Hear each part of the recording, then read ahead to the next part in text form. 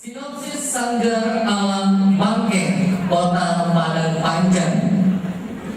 Mak Penang adalah seorang mama yang banyak memiliki hutang kepada Rajo Kuaso dan terperdaya akan harta sehingga menjual kemenangannya sendiri kepada Rajo Kuaso.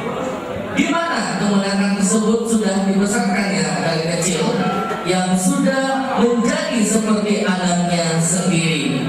Dan Rawiyah pun sang istri, Mama mencoba untuk menentang keputusan suaminya, namun tetap tak bisa menggoyahkan keinginan Mama untuk menjual kemenangannya demi uang.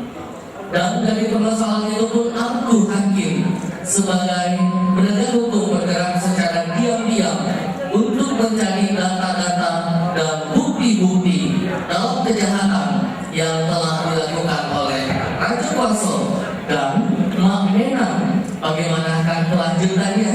Hadirin yang kami hormati, kita saksikan bersama. Inilah